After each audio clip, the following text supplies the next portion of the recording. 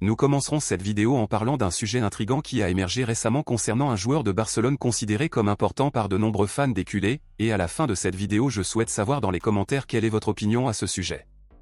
Comme nous l'avons déjà mentionné à d'autres occasions ici sur la chaîne, Barcelone s'organise déjà pour éventuellement vendre ou prêter certains de ses joueurs lors de cette prochaine fenêtre de transfert, où l'un des noms possibles est l'attaquant Ansu Fati.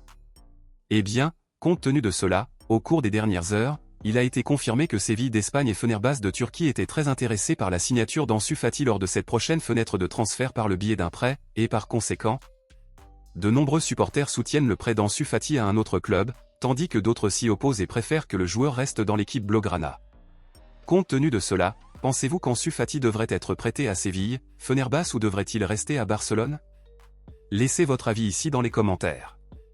Passons maintenant à l'actualité principale, bombe exclusive de dernière minute.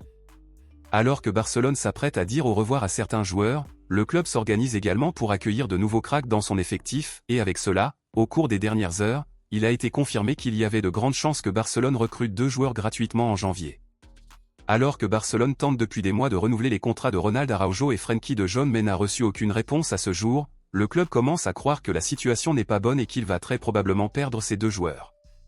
Compte tenu de cela, Barcelone agirait déjà pour embaucher des remplaçants pour les 2, et avec cela, il a été confirmé que Barcelone analyse déjà la possibilité de recruter le défenseur Jonathan Tah qui joue pour le Bayer Leverkusen pour remplacer Ronald Araujo, et de recruter le pivot Joshua Kimmich qui joue pour le Bayern Munich pour remplacer Frenkie de Jong.